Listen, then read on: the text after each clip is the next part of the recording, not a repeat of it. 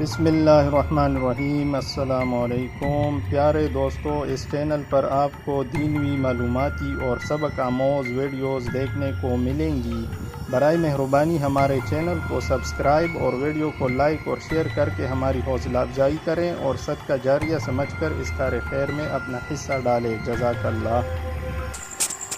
حضرت سلیمان اور ہدہد کی بات چیت کا ذکر اس طرح ہے۔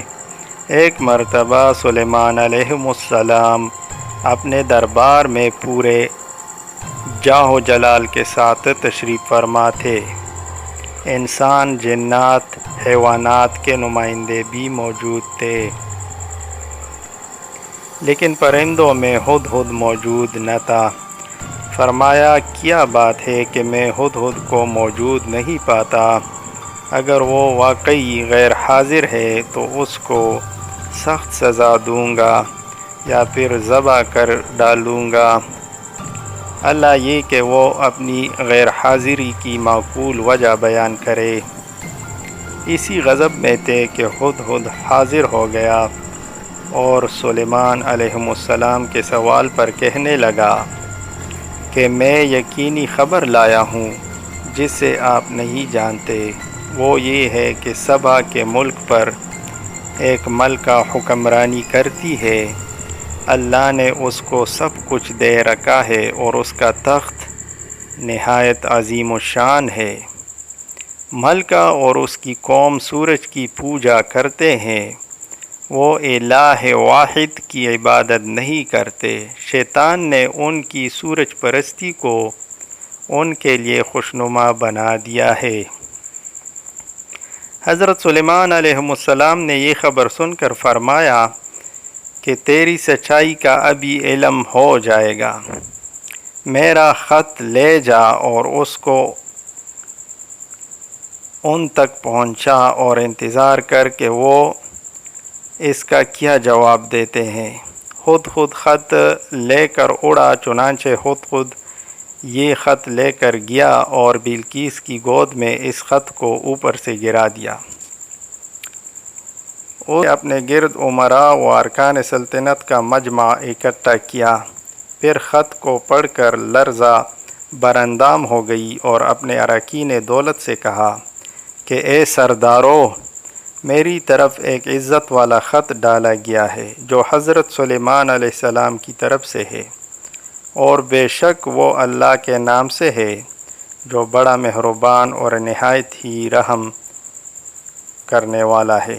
خط کا مضمون یہ ہے کہ تم مجھ پر بلندی نہ چاہو اور تم مسلمان ہو کر میرے حضور حاضر ہو جاؤ۔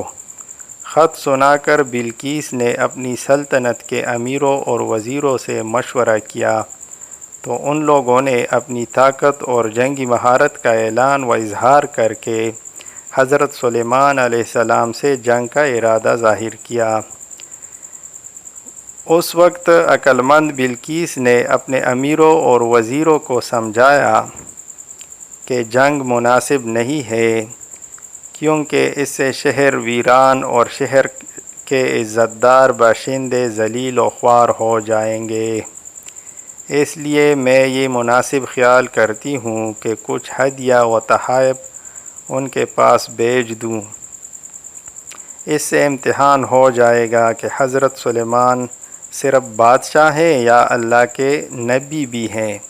اگر وہ نبی ہوں گے تو ہرگز میرا ہدیہ قبول نہیں کریں گے، بلکہ ہم لوگوں کو اپنے دین کے اتباع کا حکم دیں گے، اور اگر وہ صرف بادشاہ ہوں گے تو میرا ہدیہ قبول کر کے نرم پڑ جائیں گے۔ چنانچہ بلقیس نے 500 غلام، 500 لونڈیاں بہترین لباس اور زیوروں سے آراستہ کر کے بھیجے، اور ان لوگوں کے ساتھ 500 سونے کی اینٹیں اور بہت سے جواہرات اور مشک و عنبر اور ایک تاج مع ایک خط کے اپنے قاصد کے ساتھ بھیجا۔ ہدہد یہ سب دیکھ کر روانہ ہو گیا اور حضرت سلیمان علیہ السلام کے دربار میں آ کر سب خبریں پہنچا دیں۔ چنانچہ بلقیس کے قاصد جب چند دنوں کے بعد تمام سامانوں کو لے کر دربار میں حاضر ہوا تو حضرت سلیمان علیہ السلام نے غضبناک ہو کر قاصد سے فرمایا، تم لوگ مال سے میری مدد کرتے ہو، اللہ نے مجھے جو دیا ہے وہ اس سے بڑھ کر اور بہتر ہے جو تمہیں دیا ہے، تم واپس جاؤ، تم ان پر لشکر لائیں گے جن کی انہیں طاقت نہ ہوگی، اور ضرور ہم ان کو ان کے شہر سے ذلیل کر کے نکال دیں گے اور وہ پست ہو جائیں گے۔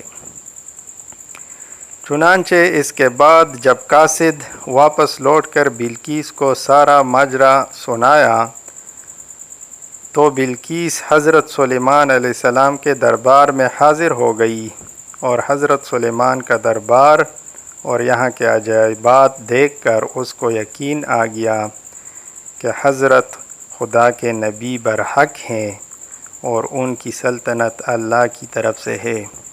حضرت سلیمان علیہ السلام نے بلقیس کو اپنے دین کی دعوت دی تو اس نے نہایت ہی اخلاص کے ساتھ اسلام قبول کر لیا۔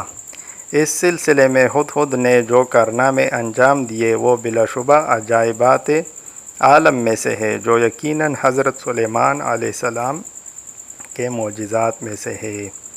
ناظرین، اسی طرح کی سبق آموز اور معلوماتی اور دینوی ویڈیوز دیکھنے کے لیے ہمارے چینل کو برائے مہربانی سبسکرائب کریں اور اس ویڈیو کو لائک اور شیئر کریں۔